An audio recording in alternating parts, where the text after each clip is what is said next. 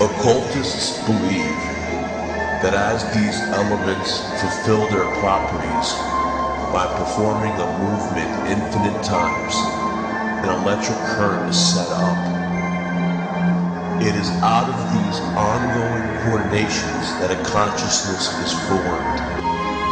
The four kingdoms of primary elementals, under their angelic kings, represent the intelligent action of these four properties.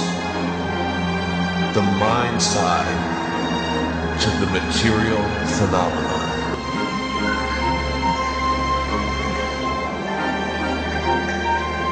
Such as in nature, a forest or a hill or a beehive. The bee is part of the hive consciousness, and the hive itself can be called the bee angel. These systems consist of repetitions of forces, stresses, and reactions of the environment, where memories are born, which gives rise to the elemental spirits. These are which our ancestors worshipped as devas or nature spirits. Yet first, these elemental spirits begin as children, breaking apart from the system they developed from, and as they develop further, they realize that they will someday cease to exist, because these elemental beings have no divine spark, no soul, because they are creations of the creation, and not creations of the divine creator. So they grow in consciousness until they understand their own mortality and see that they are in fact a lost being. And although they may live many lifetimes when compared to a normal human lifespan, they will one day completely cease to exist because they are soulless. So they seek as initiators those who have souls, humans, which some occultists take on these elemental spirits as students, and hence become the magician's familiar. In return, the elemental spirit will perform services for the magician, being experts of whichever material element that bore them. They have a grasp on scientific knowledge that surpasses our greatest human minds, such as Edward Kelly and John Dee asked the elemental Macrobes for the recipe to turn any metal into gold. This has been the dream of every alchemist in the world. These elemental beings possibly even explain how to create energy from matter by splitting an atom later on.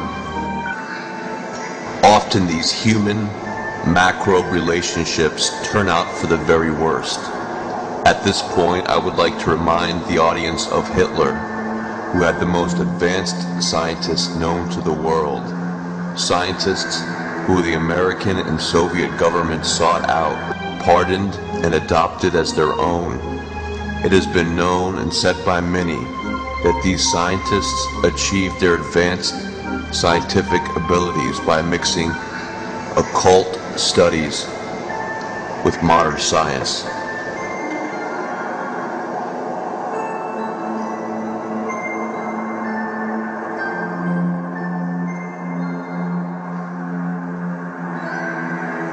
It must be understood that elemental macrobes are very much like humans, as in they are constantly evolving in their consciousness. Some are not even intelligent or of a semi-conscious nature, while others are very old, wise, and cunning. As said previously, elemental macrobes are born out of repetitions in nature. This also includes human nature, where repetitions of evil thoughts, deeds can give birth to these demonic elementals in their larva form. These demonic macrobes are the shadows of those who have lived on earth and who have refused all spiritual light, being stuck on greed, materialism, perversions of sex, instead of taking a spiritual path of slowly freeing themselves of material addictions and concerning themselves with that of a higher or more spiritual nature. These unbalanced or evil forces only care about service to themselves, experienced through a material world, and will stop at nothing to feed off of occultists or victims the occultist has offered in ritual form. Thus, we arrive at the concept of the demonic entities known as the male incubus and the female succubus, who are elemental beings which prey on individuals while they are asleep. They are known to feed off of sexual energies. Often this is related to sleep paralysis, but there are other explanations for sleep paralysis as well. Though, in regards to the incubus-succubus phenomenon, the elemental macrobe has begun to feed off of a person's sexual energies as they sleep, often causing sexual dreams. And if a person awakes in the midst of this unholy operation, they find themselves paralyzed for a period of time, although they are conscious and awake. Once again, sex and sexual energies are related to the material experience, and for a spiritual being to crave this sort of interaction gives cause that it is a very unbalanced entity. Yet even more imbalanced are the occultists, which set out to feed these demonic macrobes by taking them as their spirit husbands or wives, or even more disturbing, through rituals whereupon victims are sexually or physically traumatized or killed for the payment of these vampire-like beings. Knowledge or services. That's a bulletproof Cyrus. Bulletproof Cyrus. Bulletproof Cyrus. Bulletproof Cyrus.